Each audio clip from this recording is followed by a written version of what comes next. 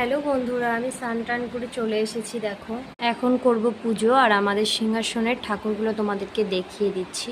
আর এটা হচ্ছে আমার ভোলে বাবা, মানে আমার সব সুখ দুঃখ সব কিছুর একমাত্র ভরসা বা সঙ্গী হচ্ছে ইনি, যে আমার সমস্ত বিপদে আপদে সব সময় আমার পাশে থেকেছে।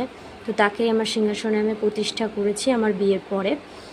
আর দেখো, এখন ঠাকুরের সব কিছু, আজকে বৃহস্পতিবার, সব কিছু গুছিয়ে পরিষ্কার করে পুজো দিয়ে সব কিছু নিয়ে আমি বসে পড়েছি। দেখো, এখানে থালা গ্লাস আছে, এখানে দেখো ফুল তুলেছি, কত ফুল। এখন সব কিছু প্রদীপ টদীপ ধরিয়ে ফেলেছি, সব রেডি করে ফেলেছি। তো ঠাকুরের এখানে পুরো পরিষ্কার করে রেডি করে গুছিয়ে পুজো দিয়ে তোমাদের সাথে শেয়ার করছি যে কীরকম লাগছে। অবশ্যই কমেন্টে আমাকে জানাবে। তো দেখো বন্ধুরা, আমার পুজো দেওয়া কমপ্লিট হয়ে গেছে। এখানে ফুল দিয়ে ঘট পেতে সুন্দর করে আমি সাজিয়ে দিয়েছি।